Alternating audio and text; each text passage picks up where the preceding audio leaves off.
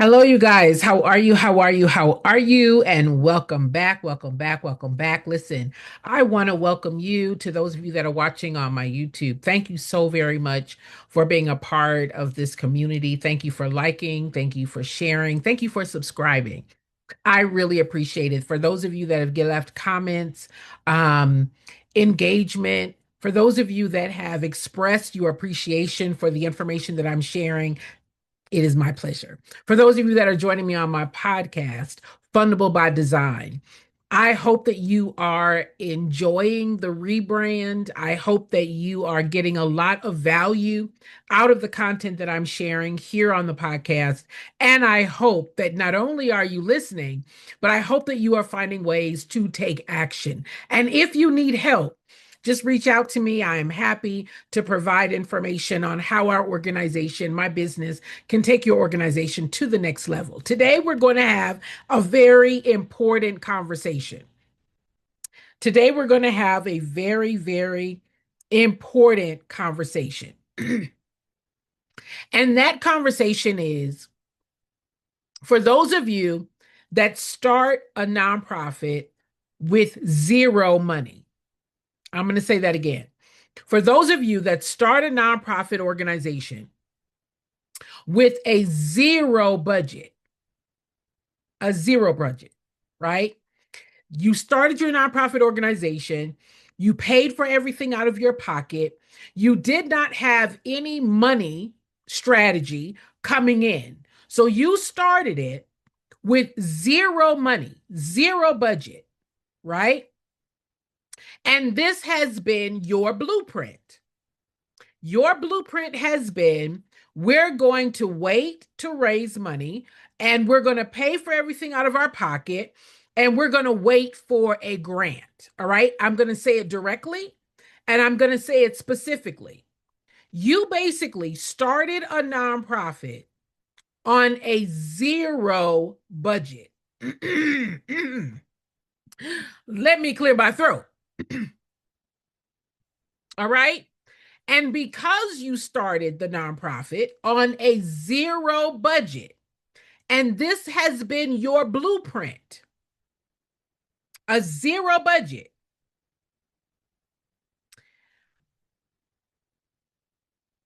I often ask, why would people do that? Why would you start a nonprofit on a zero budget?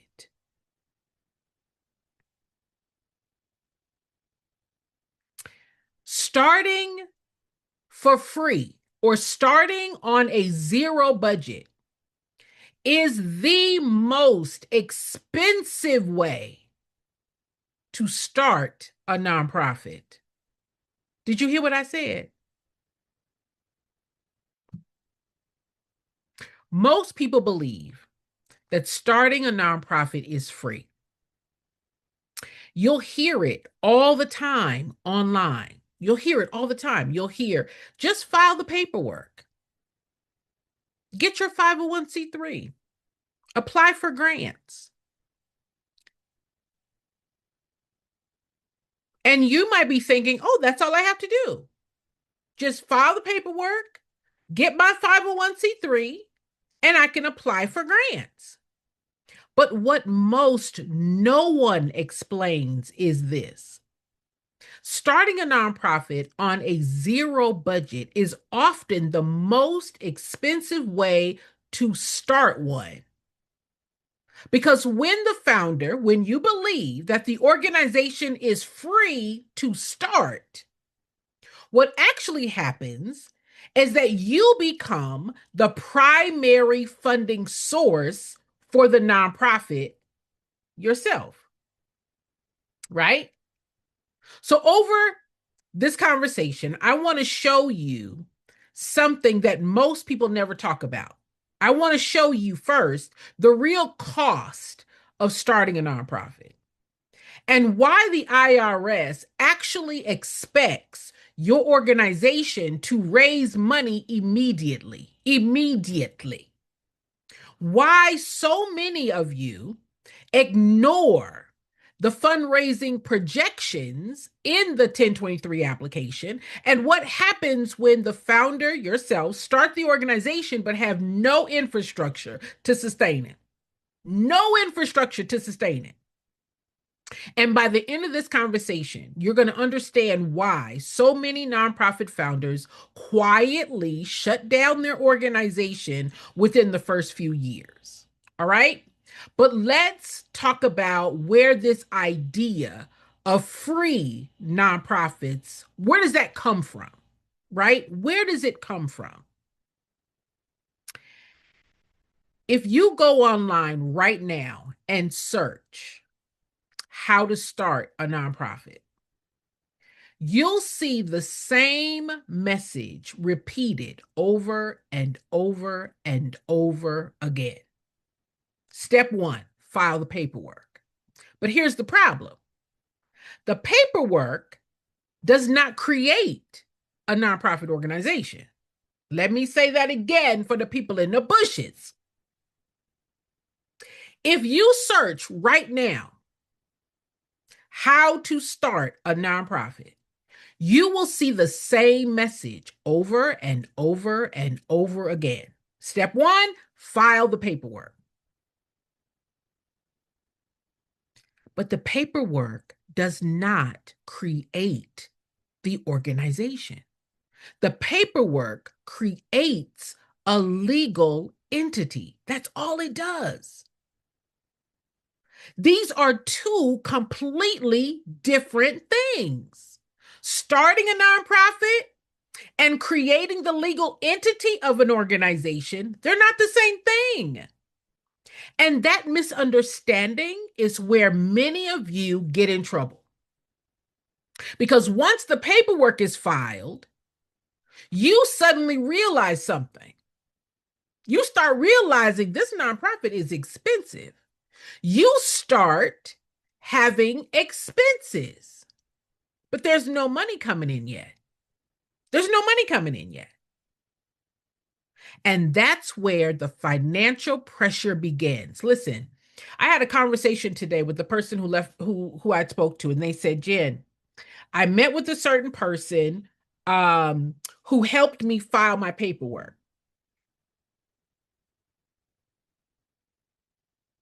But now I don't know what to do next. Now I'm ready to get started. And I'm like, you fell for the okie doke. You got paperwork. And now I don't know what to do next. And now what happens? You begin to feel the financial pressure. Because why? You're paying for everything out of your pocket. You're paying for everything. You done bought a website. You have started a program. You've got materials and supplies for that program. You're paying for gas. You're paying for the phone. You're paying for the internet. You're paying for everything. But before we talk about the funding problem, okay, before we talk about the funding problem, we have to talk about the paperwork itself. Can we talk about the paperwork? Let's talk about the paperwork. Because the IRS already tells you what they expect from the organization. But most of y'all skip over all of that. Y'all skip right over that. Okay? So when you complete the IRS form, the 1023 application, there is a section that asks a very important question. The IRS asks the organization, now this is before you get your 501c3. This is on the form that you are using to apply for your 501c3, right? So the 1023 form is an application. And in that application, the IRS asks the organization to project its gross annual receipts for the next 3 to 4 years. Now, I'm still baffled by how many of you go into this process skipping over that question. Because that means that the IRS expects your nonprofit organization to estimate how much money it will raise. I want you to think about that for a moment. I want you to think about that for a moment, okay? I want you to just step back and I want you to think about that. The IRS expects your organization to provide on the 1023 form, the application, an estimate of how much money you will raise over the next 3 to 4 years. So if starting a nonprofit was truly free, why would the IRS ask you to estimate your fundraising revenue for the next multiple years? I just want you to think about that. Because the IRS understands something that many of you don't understand. Now, listen, this is not your fault. This is not an attack, okay? I know that most of you don't know. I know most of you don't know, which is why so many of you are falling into the same trap. Jen, I started my nonprofit. I don't have any money. Jen, I started my nonprofit. Funding is my biggest issue. Jen, I started my nonprofit. I'm paying for everything out of my pocket. Jen, I started my nonprofit. I don't have any donors, Jen. I started my nonprofit. Jen, we don't have any funding. Jen, I started my nonprofit. We need a grant. Jen, I started my You all fell for the same thing.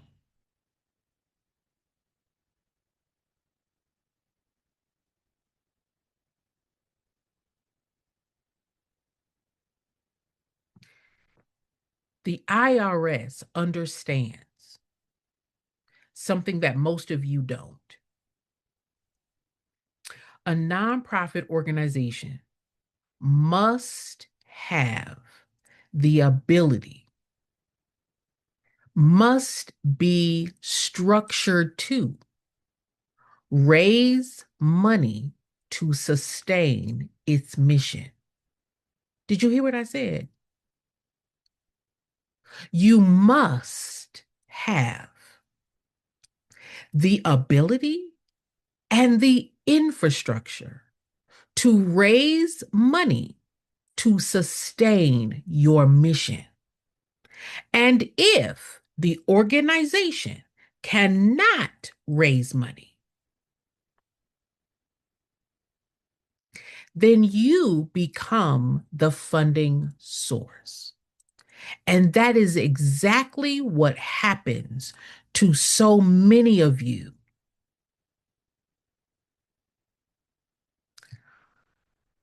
But let me say this, to really understand this, we've got to look at the actual cost that many of you begin to experience once the paperwork is done. I'm just trying to put it all together for you, okay?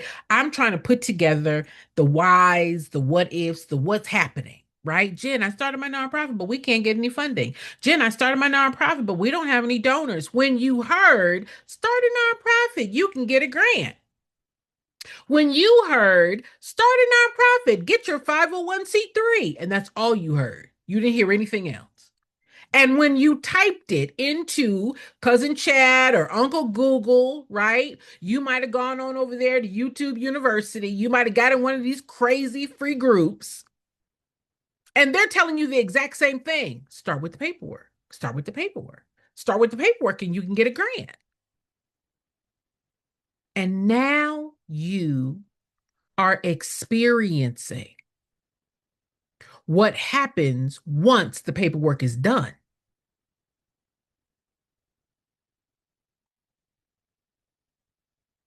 You file for your nonprofit. The organization is now officially recognized. You have your 501c3.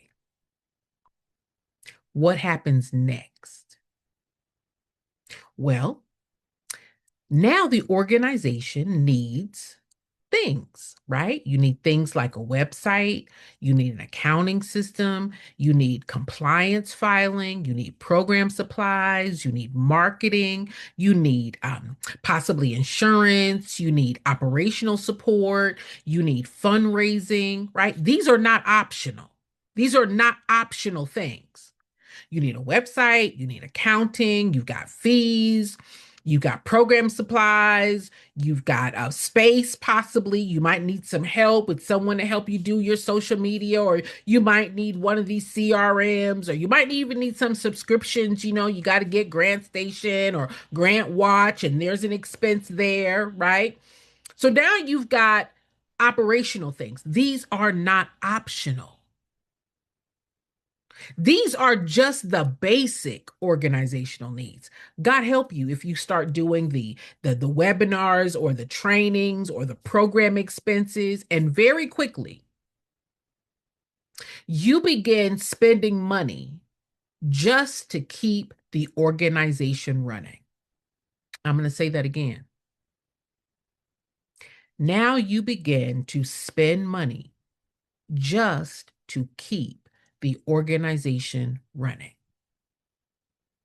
What started as free quickly becomes thousands of dollars each year. But here's the part that many of you never see coming. You never see it coming. The problem is not the paperwork. The problem is not the paperwork.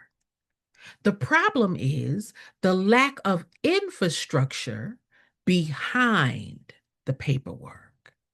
I'm going to say that again.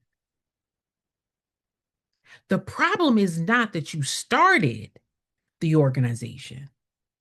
The problem is that you lack the infrastructure to support or to operate the organization. And that's the conversation that most of you skip, because nobody talks about that online. That's the conversation that people skip entirely. They talk about starting the nonprofit. Jen, I want to start my nonprofit to help single moms. Jen, I want to start a nonprofit to feed the homeless. Jen, I want to start a nonprofit that's a ministry. Jen, I want to start a nonprofit to build tiny homes. Jen, I want to start a nonprofit to do a transitional house. But what you skip is, how am I going to operate it? How much is it going to cost to run it year after year after year?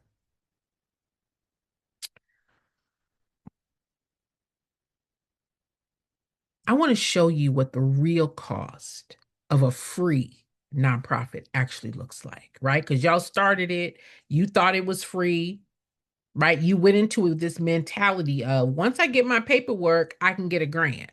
You thought, once I become a nonprofit, I can fundraise. So your mentality is, oh, this is free. This is free. Somebody's going to give me free money. Somebody's going to give me a free grant. The whole thing is free. And it's not free. The paperwork says it's not free. But here's the real cost of a free nonprofit. This is the real cost. All right. So let's talk about these startup expenses. Okay. Let's talk about the startup expenses. For those of you that went into this thing free, right? Let's talk about the expenses. So now you've got the state and corporation fees. You've got the 501c3 filing fees. You've got the annual compliance filings. You've got the website development. You've got the accounting software. You might need insurance. You might have the donor management systems. Now that's just operations. That ain't got nothing to do with the program yet. And so you probably have spent probably $3,000 to $10,000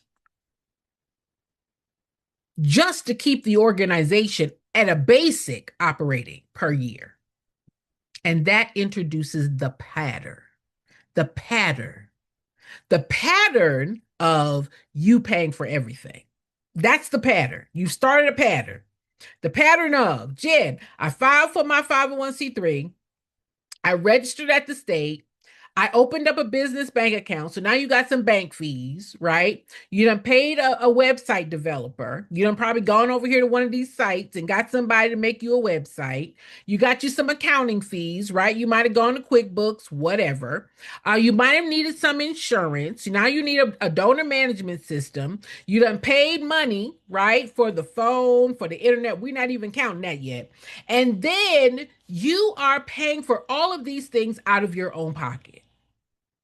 Annually, you're spending about $10,000 just on those bare basic things.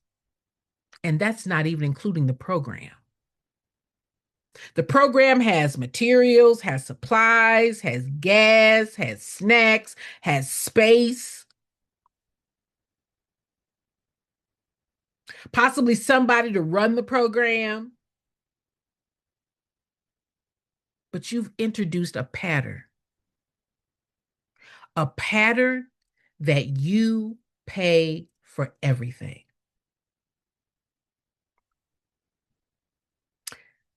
Let me say this, and this is the part that no one talks about as it relates to the 1023 form. The 1023 application assumes that you already have a funding plan, that you already have the knowledge, the infrastructure, the experience to bring in money for your organization. It assumes that. Why would it not? Because there are real expenses.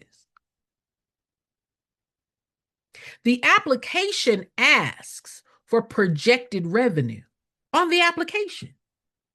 Before you got your 1020, your 501c3 status, the application asks about projected revenue. The short form says gross annual receipts. The long form says what exact or specific fundraising programs will you do?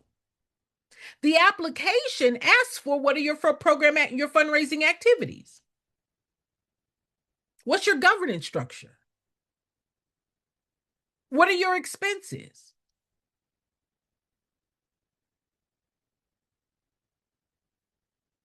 And many of you, because you don't know, you guess. Come with me now, church. Many of you guess these numbers, or better yet, you go to Cousin Chat and you ask Cousin Chat, what do you think we need? Right?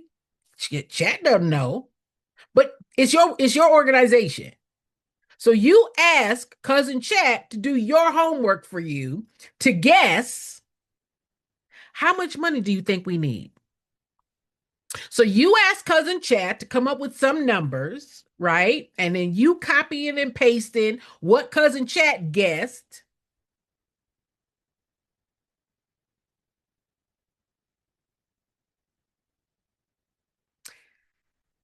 And why does this happen? Because of the misinformation online. You got it from Cousin Chat. You got them numbers for Cousin Chat. You got them numbers from Uncle Google. You're guessing. You have no idea. You feel a pressure to start quickly. I want to start, Jen. I just want to start. I want to start my program, Jen. I just want to start. So you feel the pressure to start quickly. But then you don't understand how nonprofit organizations actually operate. You got misinformation. You and Chat are guessing.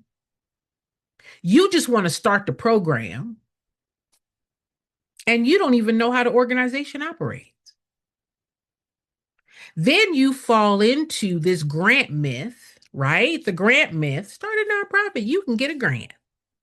I was talking to somebody today who was on a board of some organization, right? They ran a board, they was on a board. They don't know how, whatever. And they advised someone, now this is the exact language. They advised someone to fill out the paperwork And then interview board members, which is, and now they're interviewing grant writers. And I said to this person, that's not the right way to start. Now,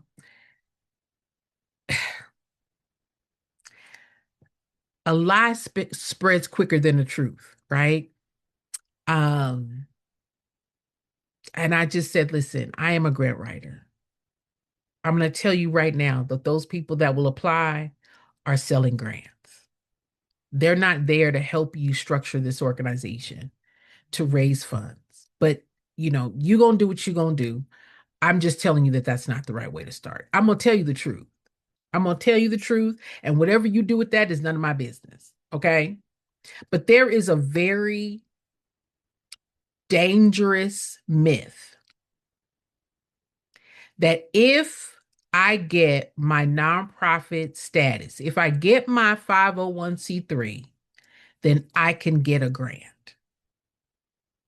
If I can just get the paperwork completed, I'll apply for grants. And this is the reality. Can y'all deal in reality? The reality is this. Most grant funders require, not optional, require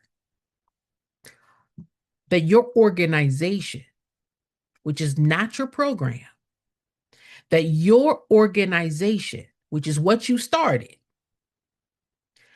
your organization has financial systems. What is a financial system, Jen? That you know where money comes from into the organization. That you are able to generate and manage the money needed to operate. Not just a list of expenses, but that you also have the structure, the strategy to bring in the revenue to cover those expenses. That you have a financial system to sustain what you started. The IRS expects it. Expects it. It's not something that you fill out the paperwork and then try to figure out later. The grant funder knows this, so they expect you to have financial systems. Now, many of you may never have heard those terms. Many of you may not even know what that means, but you don't fill out that paperwork. You fill out that paperwork, but I don't know what financial systems mean, Jen. I don't have a budget. I don't have a plan for sustainability. Mm-mm. But that's what the grant funder requires. But that's not what they're saying. That ain't what they tell. That's not what they're telling you. Because the grant writer sells writing grants. My job ain't to tell you how you run your organization, Boo Kitty. That's your business. That ain't my business. My business is to fill out applications. My business is not to tell you what your organization, which you already filled out on that application, should already know. The grant funder's not going to tell you that. Why? Because they get paid to fill out applications. Now, I'm a grant writer. I've been writing grants for 40 years. I've written for hundreds of millions of dollars in grants. I'm a professional fundraiser. All right. I run nonprofit organizations and I teach people how to do it with the right structure. That's all I've ever done for 40 years. I'm telling you what the grant funder requires. This is not optional. This is not for some and not for others. It requires financial systems. Because why? We're dealing with money, not your passion. We're dealing with money, not your passion. We're dealing with money, not your passion.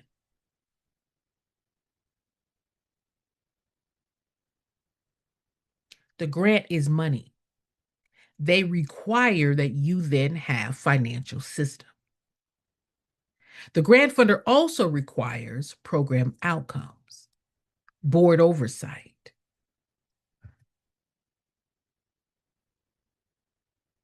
Grants Grant funders rarely give to organizations that have no infrastructure or financial track record. Can you imagine this? The grant funder is receiving thousands of grant applications. They have a decision to make. Are they going to give their money to an organization that has no financial structure, no financial infrastructure? And we're talking about money. Or are they going to give it to the organization that does? Can I say that any more simply? Can I say that any more plainly? Let's keep moving. All right. Because I don't want nobody to feel bad. I want you to feel inspired and encouraged. Okay. If you did this thing wrong, we can get it right. We can get you right. We can get you right in less than 30 days. Okay. I don't want nobody to feel no kind of way. I don't want you to feel like, oh my gosh, I did that. Oh my gosh, I did that. Oh my gosh, I didn't know. You didn't know. Who's explaining this? Who is taking the time to explain to you the process? Because y'all are going straight over there to them sites, Cousin Chad and Uncle Google and YouTube University. You trying to do this whole thing all by yourself, right? Because you're like, I don't know who to ask. I don't know where to go for help. So I'm just out here winging it, honey. I'm just making this thing up as I go. Not your fault. Okay? It's not your fault. I don't want you to feel funny. I don't want you to feel no kind of way. I want you right now to say, now I know. Now I know what to do. Okay? That's it. But I want you to recognize what happens when you become the funding source.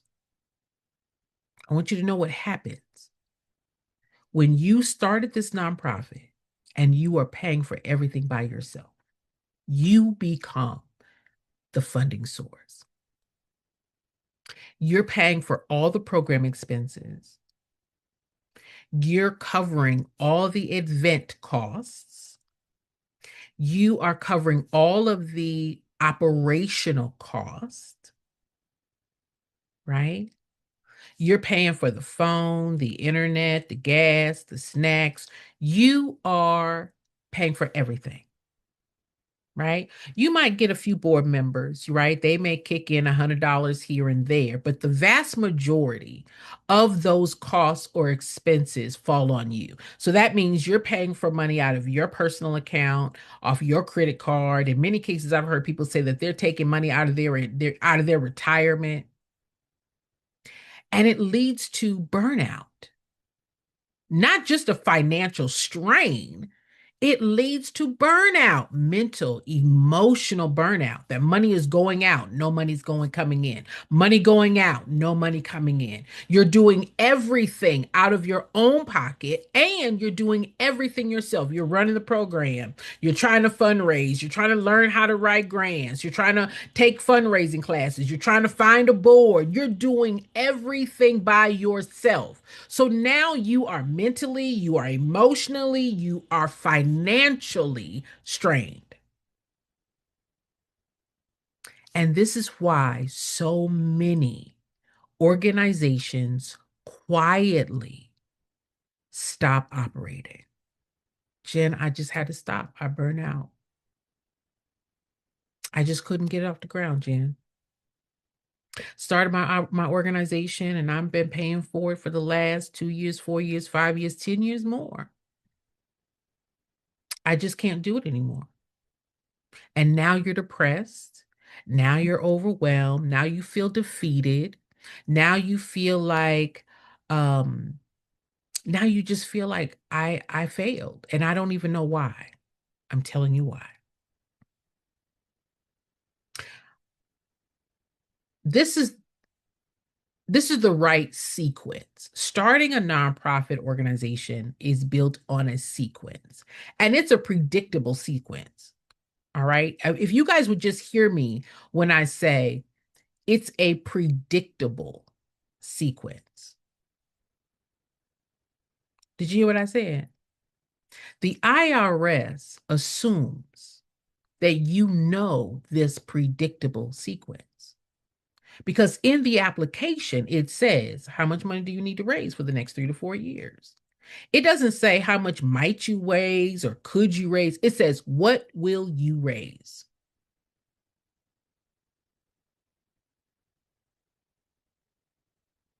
Many of you are guessing. The IRS is not expecting you to guess. The IRS knows that expects you to know how to put the organization together to raise the funds. There is a sequence. But many of you guys started with the roof. You started with the program. You started with the program. And you thought that just the program is what's going to get me funding. If I can just start this program, if I can get this program going, I can get some money. And that's not true. Here's the right sequence. Y'all ready? I hope y'all are taking notes. The first thing is mission clarity. A mission is on the organization. It's not on the program. It's on the organization. A mission defines who has the problem, how you're going to solve the problem, and what that benefit is going to be. That's what your donors and funders understand. They're not in the program. All right. So if the mission is not clear to them, then they're not clear about where their money is going. Mission clarity is one. Number two is your program model, not your passion for the program, not what you do in the program, but why is this model, right? Because that's where the money is going to go.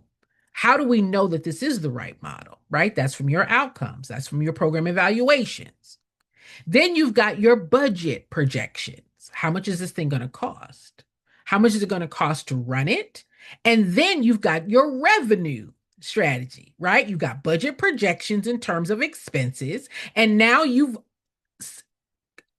in complement, you got the expenses, and now you also have a revenue strategy. Where's the money going to come from? Now, I don't know where people say, well, Jen, should I start get my paperwork first and then fund it? That just doesn't even make sense. Hear me.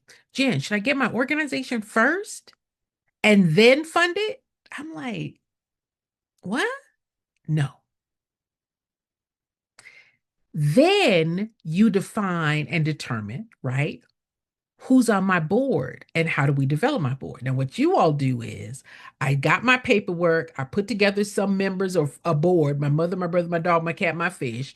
I put board members in place to help me raise money, but they don't know what the expenses are. They don't know how to raise any money. They can't explain the importance of the mission or the program model. So now they can't even help you. They can't explain the first five things. They can't explain it. They don't know where money comes from. They don't know how to fundraise. They don't know what the expenses are. They don't know the relevance of the program model that you put together. And they definitely don't know how to repeat or recite the mission and why the mission matters. They don't know any of that. So now they can't help you. And now they're not engaged because they don't know what to do. And you started at the roof. You did not put the organization together in the right sequence to be able to develop them or anyone else that comes into your organization. And now, lastly, you don't have a fundraising system. You do not have a system of money coming into the organization. Jen, I don't like fundraising. Fundraising. I don't like fundraising, Jen. It feels like I'm begging. It feels like I'm begging, Jen. It feels like you're begging because you are, but that's not fundraising. That's begging. Fundraising as a system is about building trust. What builds trust, Jen? What builds trust, Jen? Mission clarity. What is our mission and how do we accomplish it? How do we discuss how this program works? How much this program costs and where and how money comes in to cover it, the strength of our board and being able to vouch that our organization is sound financially, that you can trust and entrust your resources to this organization. That's fundraising, building trust. The paperwork is just legal status. That's all it is. It does not do any of that. And many of you now have the paperwork, but none of that. You have none of that. You have none of that. You don't have mission clarity. You don't have program model. You don't have projections. You don't have streams of revenue. You don't have board development. You don't even have fundraising strategy. All you got is a piece of paper. And you wonder why you're stuck. I'm telling you why you're stuck. You did not follow the sequence. Now, it's not your fault because nobody told you that.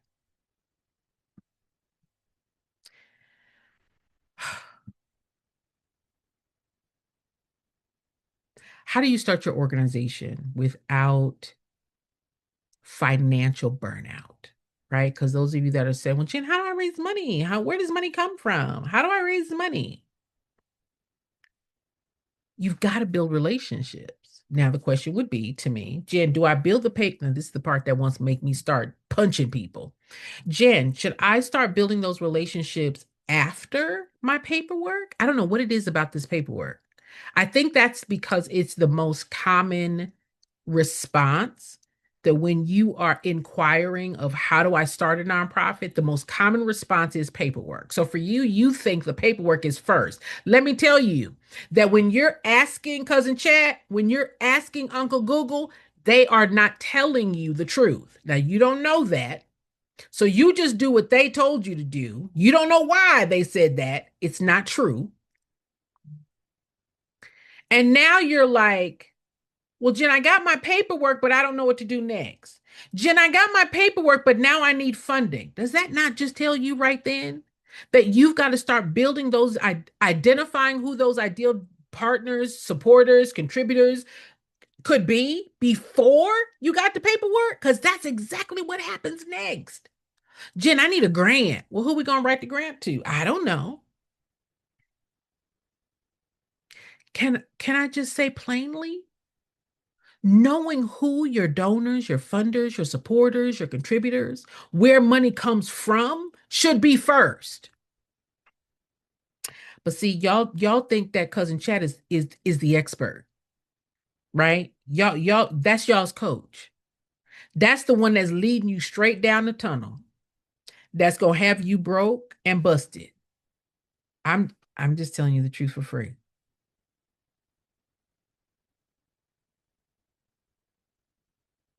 Test it. Test it. Test it.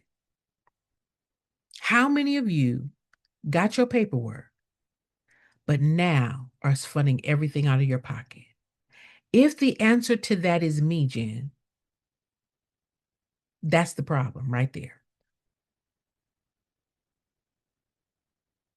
That I did not put together the structure, the strategy, the plan to generate revenue before I went and got this paperwork. But the paperwork says that you know how to bring in money. The paperwork says that you have a plan and a strategy to bring in money for the next 3 to 4 years. That's what the paperwork says. But what did you do? You got the piece of paper, and now I'm funding everything out of my pocket, Jen. Jen, I don't have any money. I thought it was free.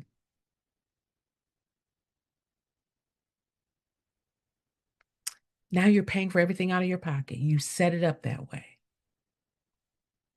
Now I don't know how to fundraise. Now I don't know what to do next. And then you quietly start closing your doors. Quietly stop doing the program, reduce the program, scale back the program, change your mission, thinking maybe if I change my mission and I start doing something else, that will attract donors. No, what will attract donors is mission clarity, a strong program model, budget projections, revenue strategy, and a board that is developed. That's what's going to attract donors. That's the whole grant application. Listen, starting a nonprofit is not just about filing paperwork. It's about building an organization capable of sustaining the work. The paperwork creates the legal entity only. It creates the name of the organization that is recognized as tax exempt. That's all the paperwork does. The paperwork is not the structure, the systems, or the funding to sustain the organization. Are you hearing me? And when these pieces are missing, you become the funding source. I just want to help those of you that are thinking about starting a nonprofit because I love this work. Did you hear what I said? I love this work. I've been in the nonprofit career for 40 years. I've worked in many nonprofit organizations. I worked my way up and worked in every single position on the business side. I started out as a grant writer. I became the director of development, and then I became the executive director. I was the executive director of the American Red Cross. I was the vice president of the Los Angeles Mission. I was the director at Girl Scouts and went to work at the national headquarters at GSUSA. I was the director at the Black AIDS Institute, United Way, the NAACP, United Negro College Fund, Museum. Listen, I've run nonprofit organizations. And then it became my job to help 1,000 organizations, both nationally and internationally, structure themselves to raise money. Why? Because when many of you got the paperwork, you did not structure yourself to generate the revenue to keep the program and operations going. So if you're thinking about starting a nonprofit or you've already started one and you're realizing the financial pressure that is building, I want you to know that can be fixed. Okay? You just need to take the time and let's build the structure. All right? If you're starting your nonprofit organization, build your structure first. Invest in building your structure to raise money. Don't invest in getting a grant. Okay? Build the streams of revenue. You have 16 streams of revenue. 16. Money is not your problem. Money is not your problem. Not having the structure to bring in the money is the problem. And grants is not going to do it. It's impossible. It's impossible. Not everybody's going to get that grant, right? But that's okay. You have 15 other places where money comes from. And when the structure is strong, funding is guaranteed. The IRS says so. Funding is possible for your organization. But if it's not structured, if the structure or the infrastructure to raise the money is missing, then you wind up carrying all of the expenses for the entire organization. That's what happens. When you're missing the infrastructure, you wind up paying for everything out of your own pocket. So for those of you that think that the nonprofit is free, right? Because that's what impression you got, start a nonprofit. You can get a grant. All you got to do is the paperwork. But then quickly you start experiencing the cost.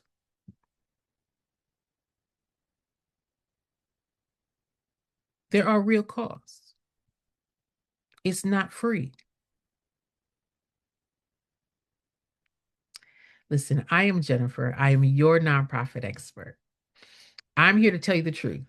Okay? I'm here to tell you the truth that you are fundable by design. It is not happenstance. It is not luck. It is a design. Your organizational infrastructure is designed to bring in money. Now, many of you that have never worked in a nonprofit, you've never built a nonprofit, you've never run a nonprofit, you've never structured a nonprofit. You just thought it was paperwork. That's all you thought it was paperwork. Not your fault, okay? Because nobody explained it to you. This is a work that is very important. We do the work that government cannot do. We do the work that for-profit businesses cannot do. Our work matters. Our work matters. And funding is your portion. You are designed to bring in money. The IRS said so. That application that got you that 501c3 says so. All right? So listen, when you are ready to put your structure together, I am your girl. All right. I want you to go to bit.ly backslash work with Jen. No, that's not it. bit.ly backslash work with JY. Okay. I want to be able to assess where you are in your structure. Listen, my team can put your organization together in less than 30 days. We can have your organization designed, structured, ready to raise funds in less than 30 days. Okay. We can do that for you, or we can do that with you, or you can do it yourself. Nobody wants to do that, right? Because the truth is this: if you could have done it, you would have done it. All right. But we can have you up and running, raising funds and ready to raise funds in less than 30 days. Okay. I have a training coming up in May in Houston. We get started before then. I have a whole, you guys that follow me, you guys know I have all kinds of guides and so forth and things like that. We have something specific for those of you that are ready to put your organizations together to raise money. All right. Your organizations are structured to raise money. May 6th, 7th, and 8th, we will be in Houston making sure that your organization is structured properly. Okay. We're going to talk about everything from fundraising, grant writing, your budgeting, your projections, your donors, who your funders are, how to communicate to them and attract them. All the things that are necessary to put your organization together in the right sequence. Please do not wait. Now register. Okay, the information will be provided for you in the description of this information. All right. Once you register, we get started. Okay, we are going to get started so that when we come together May 6th, 7th, and 8th, we're just refining and making sure that everything is there properly. I've got grant funders that I have also invited to come to have conversations with those of you that are ready to seek grants. Okay. But you've got to give them that you've done the sequence, that you have those things in place, because that is on the grant application. All right. I want to make sure that you are structured properly. And then I want to introduce you to some grant funders that we have invited to be in the space May 6th, 7th, and 8th. All right. That's if you want to do it with me, May 6th, 7th, and 8th. Okay. My team can put your organization together in less than 30 days. We give you the blueprint, and then we help oversee that work to make sure that it's running properly and to make sure that you guys are able to do it. And then you don't need me anymore, right? Once it's set up, it's set up. Your organization is structured and set up to raise money. All right. That's all that's missing. That's all that's missing is your structure. All right. And my team and I are here to help make sure that that structure is in place. All right. My name is Jennifer. I am your nonprofit expert. Over 40 years of experience helping organizations not just start, but giving you the structure, the tools, the strategies to sustain that important work that you do. All right. Thank you all for joining me, and I will see you next time.